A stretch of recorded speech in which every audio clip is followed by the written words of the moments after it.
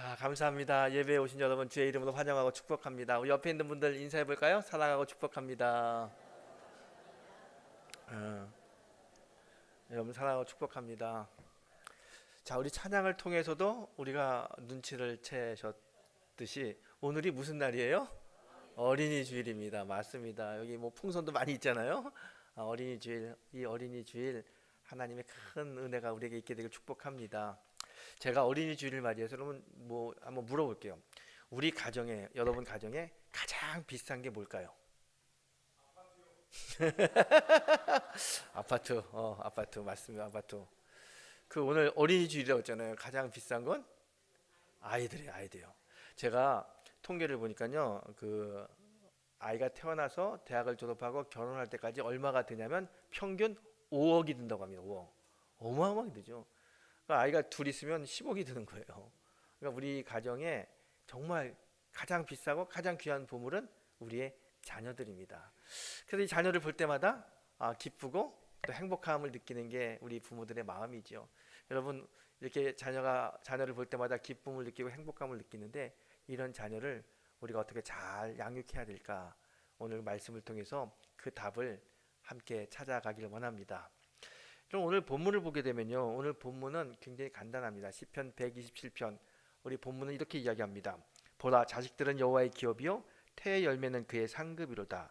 젊은 자의 자식은 장사의 수중의 화살 같으니 이것이 그의 화살통에 가득한 자는 복되도다. 오늘 본문을 보게 되면 뭐라고 이야기하냐면 자식은 여호와의 기업이라고 이야기합니다. 그리고 태의 열매는 그의 선물이고, 그래서 자녀들이 이 장수의 화살통에 있는 자녀들은 참 복되도다. 이런 말이 오늘 우리가 읽은 본문의 말씀입니다. 자, 오늘 본문은 간단한 거예요. 자식은 선물이고 자식은 하나님의 기업이다. 다시 말해서 하나님이 우리에게 주신 선물이다 라는 이야기예요. 하나님이 우리에게 주신 선물이면 얼마나 귀한 거겠습니까? 자녀들이 그렇다는 거예요.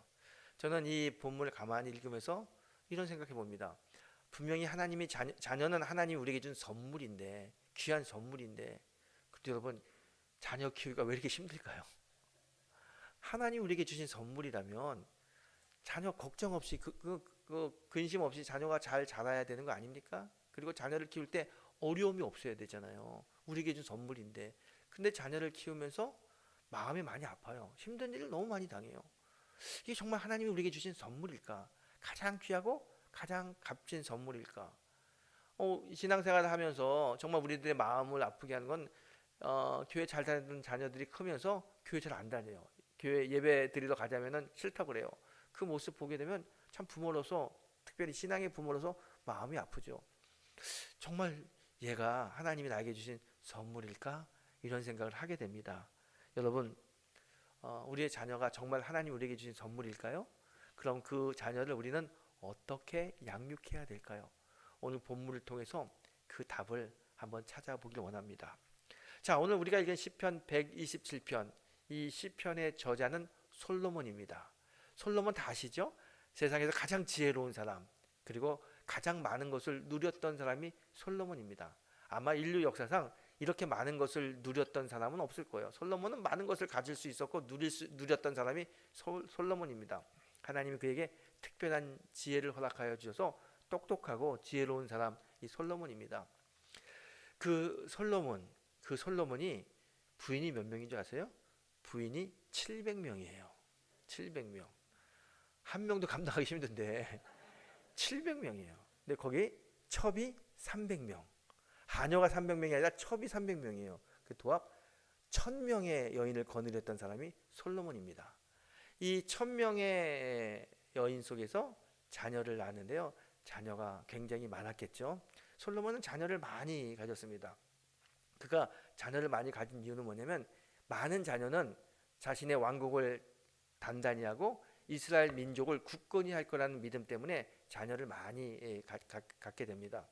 그리고 솔로몬은 너무 똑똑하고 너무 지혜로운 사람이니까, 야, 내가 자녀를 잘 키울 수 있다고 생각했어요. 내가 시키는 대로 자녀가 잘하면 이 자녀들은 잘 자라서 이 왕국을 든든히 하고 이스라엘 민족을 굳건하게 하는 귀한 기둥들이 될 거다. 그래서 나름대로 자녀들을 관심 가지고 잘 양육했습니다. 그런데 자녀가 이렇게 자라면서 이 솔로몬이 깨달은 게 하나 있어요. 자녀가 내 마음대로 안 된다. 분명히 이렇게 가리키고 이렇게 행동하면 자녀가 잘 될 것 같은데 자녀들이 엇나가는 거예요. 자신의 생각대로 자신의 뜻대로 자녀가 안 돼요. 그래서 굉장히 속상했던 사람이 솔로몬입니다. 여러분, 솔로몬의 아들 중에 르호보암이라는 아들이 있습니다. 이 아들이 솔로몬이 죽은 다음에 왕이 됐는데 얼마나 강압적으로 백성들을 다스렸는지 이스라엘이 두 쪽이 났어요. 북이스라엘과 남유다로 갈라집니다. 뿐만 아니라 다른 많은 자식들도 어머니가 이방 여인들과 결혼을 많이 했잖아요. 그래서 어머니의 신앙 때문에 우상 숭배를 했던 사람들이 솔로몬의 자녀들입니다. 솔로몬이 자식을 봤더니요, 자식들이 우상 숭배를 해요. 그리고 내 뜻대로 잘 자라지지도 않아요. 그래서 마음도 어렵고, 특별히 우상 숭배하는 자녀를 보면서 하나님 앞에서 굉장히 미안한 마음이 있는 거예요. 그렇게 늘 자녀를 볼 때마다 모든 것을 다 누리고 가지고 있는 이 솔로몬의 마음은 편하지 않았어요. 어느 날 자녀를 생각하면서 마음이 참 불편해서 왜 이렇게 자녀들이 내 뜻대로 잘 자라지 않을까, 그 생각을 하면서 이 성전에 왔습니다. 솔로몬이 성전을 지어서 봉헌했습니다. 너무 멋있고 너무 아름답고 웅장한 성전을 봉헌했어요.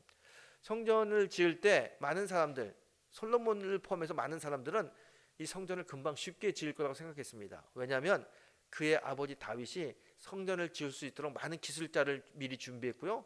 또 엄청난 많은 재물을 헌금했기 때문에 경제적으로도 재정적으로 부족함이 없었어요. 그래서 솔로몬과 그 주변의 사람들은 건축하는데, 성전을 짓는데 조금 더 어려움이 없을 거라고 생각했습니다. 근데 막상 성전을 지어 보니까 웬걸요, 이게 너무 어려운 거예요. 정말 어려움을 많이 겪습니다.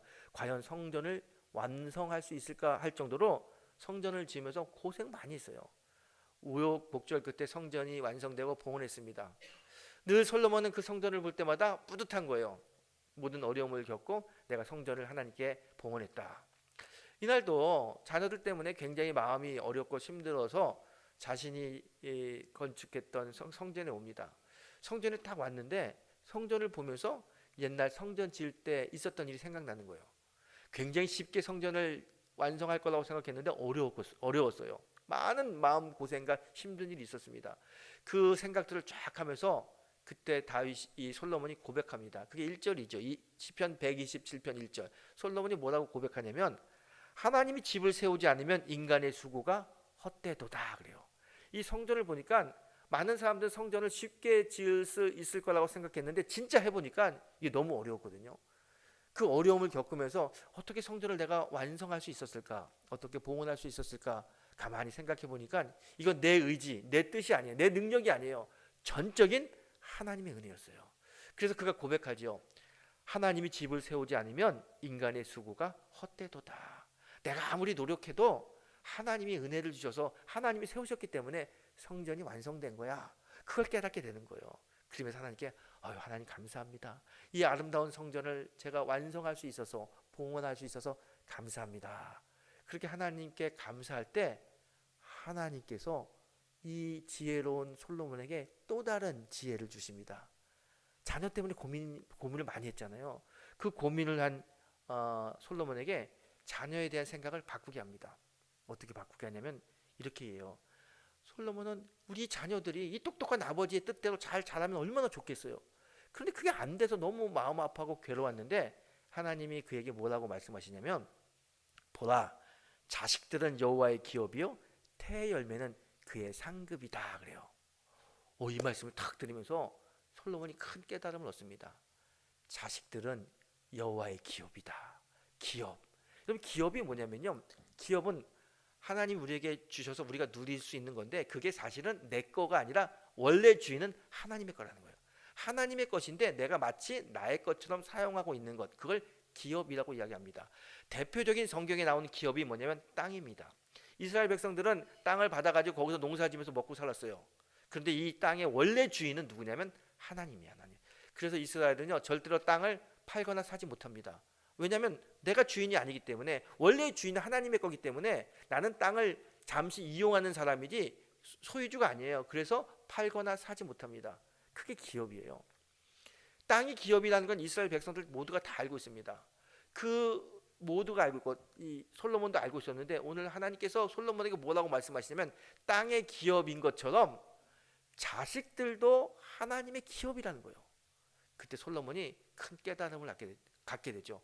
아, 사실은 자식이 내 건 줄 알았는데, 내 소유인 줄 알았는데, 내 뜻대로 커야 된다고 생각했는데 그게 아니라는 거예요. 자식은 하나님의 기업, 여호와의 기업이다.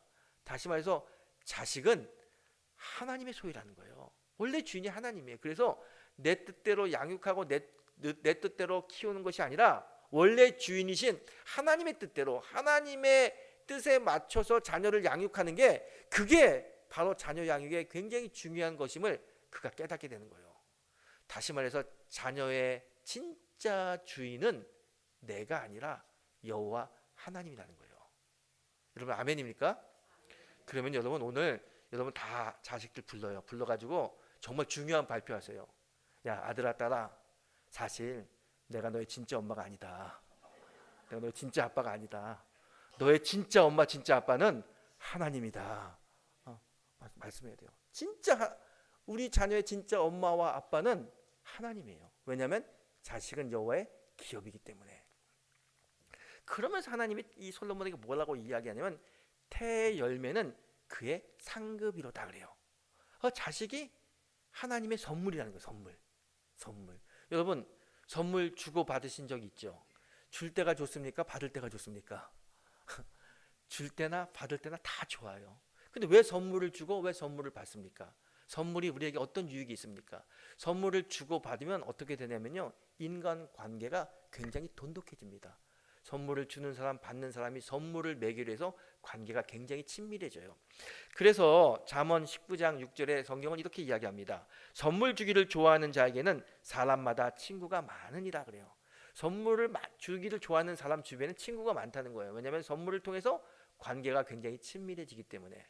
그래서 선물은 주는 사람이나 받는 사람이나 다 어떻게 하냐면 그들의 관계를 친밀하게 만드는 역할을 하는 게 선물입니다. 그런데 오늘 자식은 하나님이 우리에게 주는 선물이라는 거예요. 하나님이 우리에게 줬죠? 우리가 자식을 받았어요. 왜 하나님이 자식이란 선물을 우리에게 주셨습니까? 다른 게 아니에요. 주는 하나님이나 받는 우리가 이 자식을 매개로 해서 돈독해지려고, 하나님과의 관계를 친밀하게 만들기 위해서 하나님 우리에게 자녀라고 하는 선물을 우리에게 주셨습니다. 그래서 오늘 이야기하는 겁니다. 자녀는 하나님의 선물이다. 다른 뜻이 아니에요. 하나님과 부모의 관계를 친밀하게 만들기 위해서 주신 특별한 은혜, 그게 자녀라는 거예요. 그러면 보세요 여러분, 자 오늘 이 솔로몬이 깨닫습니다. 그리고 우리에게 이야기합니다. 자녀는 여호와의 기업, 하나님의 것이고, 자녀는 하나님이 우리와 하나님의 관계를 친밀하게 하기 위해서 주신 선물이라는 거예요. 그러면 그 자녀를 우리가 어떻게 키워야 될까? 어떻게 키우는 것이 우리에게 자녀를 주신 원주인인 하나님의 뜻을 잘 받드는 것일까? 어떻게 키워야 될까요? 여기 굉장히 중요한 질문이 우리에게 있죠. 어떻게 우리가 자녀를 키울 것이냐? 오늘 본문은 그 답도 우리에게 주고 있어요. 하나님이 솔로몬에게 자녀 키우는 방법, 하나님이 원하는 자녀를 키우는 방법을 이렇게 이야기합니다. 젊은 자의 자식은 장사의 수중에 화살 같다 그래요. 여러분 화살 아시죠? 화살을 쏘게 되면 쏘는 방향으로 날아가지 않습니까? 오늘 젊은 자의 자식, 특별히 젊은 부모님 잘 들으세요. 자식은 화살 같다는 거예요. 자, 화살을 내가 오른쪽을 보고 쏘는데 화살이 왼쪽으로 날아가는 경우는 없습니다. 왼쪽을 보고 화살을 쏘는데 오른쪽으로 날아가는 경우도 없어요. 화살은 반드시 화살을 쏘는 사람이 보는 방향으로 날아갑니다. 그렇잖아요, 화살. 자, 자식은 화살이라고 하는 이 의미가 뭐예요? 젊은 자의 자식은 장사의 수중에 화살이다. 이 말은 이 화살은 쏘는 사람 보는 방향으로 날아간다는 거예요. 그러면 여기서 질문이 있습니다. 그러면 우리가 우리 자녀들을 화살로 쏘는데 우리는 어떤 방향으로 우리 자녀를 쏘고 있습니까? 우리 자녀들이 어떤 방향으로 지금 날아가고 있나요? 여러분, 내가 어떤 방향을 보고 있습니까? 물어보게 되면 글쎄 어떤 방향을 보고 있지? 대답하기가 좀 어려울 수 있어요. 질문을 좀 바꿔봅니다. 여러분은 하루 종일 어떤 생각을 제일 많이 하십니까? 내가 제일 많이 하는 생각이 지금 내가 바라보는 방향이에요. 어떤 분은 이런 생각합니다. 내가 돈을 좀 많이 벌어가지고 좀 일찍 은퇴하고 여행 다니면서 맛있는 음식 먹으면서 인생을 여유롭게 살고 싶다. 그렇게 생각하는 사람이 있어요. 그건 그 사람이 보는 방향입니다. 또 어떤 사람은 내가 사회에서 또 직장에서 높은 데 올라가서 좀 많은 것을 누리고 싶다. 그건 그 사람이 보는 방향이에요. 이 세상적인 물질, 세상적인 명예를 갖고 싶은 사람들의 마음, 그 마음이 우리가 보는 방향이죠. 그런데 또 다른 각도에서 보는 사람들이 있습니다. 내가 돈을 많이 벌어서 그 돈을 가지고 하나님의 교회를 좀 세우고 복음을 전하는 일에 좀 쓰임 받고 싶다. 이렇게 생각하는 사람도 있어요. 내가 높은 곳에 올라가서 이 높은 곳에 있는 위치를 가지고 선한 영향력을 미치는 삶을 살고 싶다. 이렇게 생각하는 사람도 있습니다.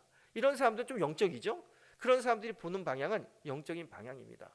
내가 지금 어떤 생각을 하고 있느냐가 내가 어디를 바라보고 있느냐 그거예요. 그런데 중요한 것은 내가 바라보는 방향으로 나는 화살을 쏘고 있다는 거예요. 자, 우리의 자녀들이 지금 내가 보는 방향으로 지금 날아가고 있는데 어느 방향으로 우리가 화살을 쏘야겠습니까? 오늘 성경은 분명한 답을 우리에게 주잖아요. 자녀를 복음의 방향으로 쏴라. 하나님 나라 방향으로 자녀를 날려보내라.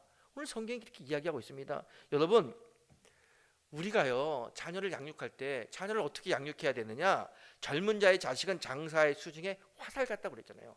화살은 쏘는 방향으로 날아갑니다. 우리 부모님들이 우리의 자녀를 복음의 방향, 하나님 나라의 방향으로 날려보내야 될 사명이 우리에게 있고요. 그게 진짜 자녀를 양육하는 부모의 모습이라는 거예요. 여러분, 반드시 우리의 자녀는 복음의 방향으로 하나님 나라를 향하여 날아가야 됩니다. 그렇게 날아갈 수 있도록 우리 부모님들이 애쓰고 수고하고 같이 협력을 해야 되는 것이 부모의 도리라는 거예요. 그래서 저는 오늘 여러분에게 이런 말씀을 드리고 싶어요. 우리가 자녀 교육을 시키는데 자녀 교육 어떻게 하면 좋을까? 여러분, 자녀는 우리가 가르치는 대로 잘하지 않습니다. 자녀는 본대로 잘합니다. 여러분 꼭 기억하십시오. 자녀는 내가 가르친 대로 잘하는 것이 아니라 자녀가 본대로 잘합니다. 말씀을 읽는 부모, 기도하는 엄마, 축복하는 아빠를 본 자녀들은 그렇게 됩니다. 그게 바로 신앙교육이고 자녀 교육이라는 거죠. 순종하는 부모를 통해서 다음 세대를 키우는 것, 하나님께 맞춰진 방향을 통해서 다음 세대를 양육하는 것, 그게 이 시대에 하나님이 원하는 우리 자녀의 교육 방법입니다. 여러분 꼭 기억하십시오. 우리의 아들, 우리의 딸은 내가 가르친 대로 자라는 것이 아니라 내가 보여준 대로 자란다. 여러분, 믿음의 모습을 보여주는 부모가 되길 축복합니다. 우리가 이렇게 우리의 자녀를 복음의 방향, 하나님 나라 방향으로 날려보내면 하나님 우리에게 큰 복을 주세요. 어떤 축복을 주십니까? 오늘 본문은 그 축복을 이렇게 표현하고 있습니다.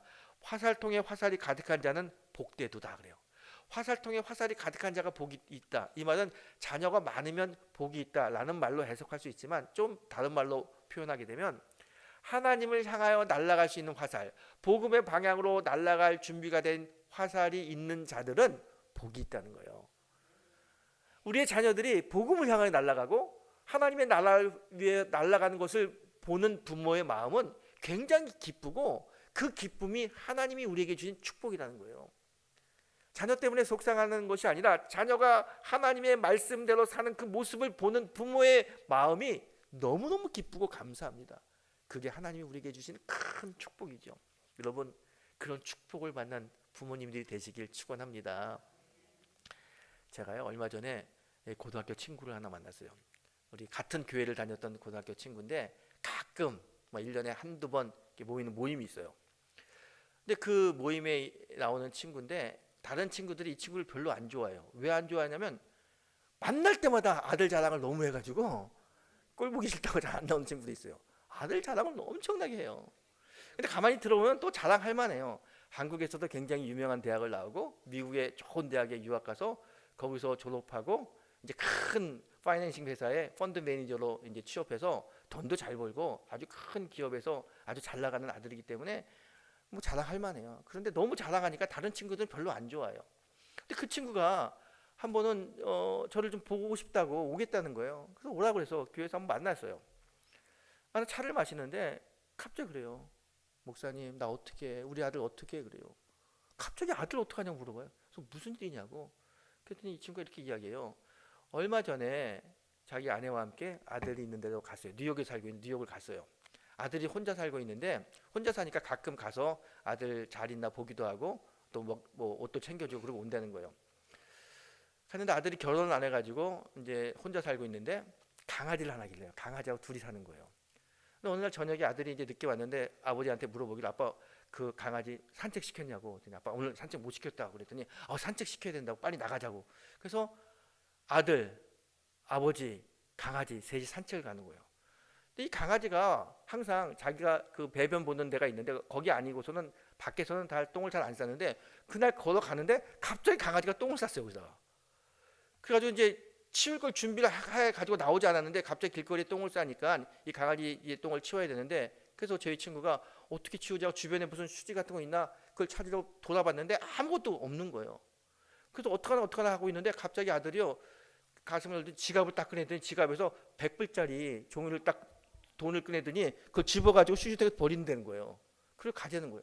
너무 놀래가지고 야 그 큰 돈 100불이면 여러분 우리나라 돈으로 14만 원 15만 원 하는 돈 아니에요. 우리 만 원짜리도 그렇게 버릴 수 없는데 이게 무슨 돈이냐 이렇게 큰 돈을 이렇게 똥을 싸서 버리면 어떡하냐고 같이 주워오라고 그랬더니 아들 하는 얘기가 아빠 지금 아빠 내 지갑에 지금 100불짜리밖에 없는데 그럼 어떡하냐고 그냥 가자고 그러고 들어오더라는 거예요.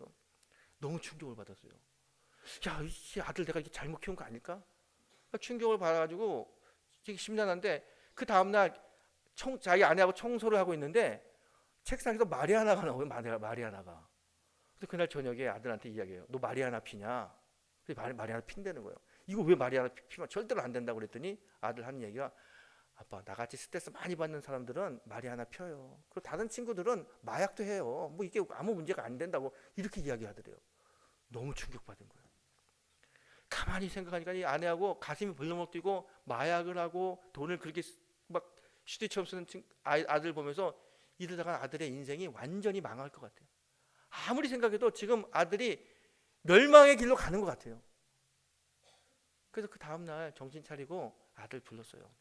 그리고 야, 너 이렇게 살면 안 돼. 교회 가자. 다시 교회 가자.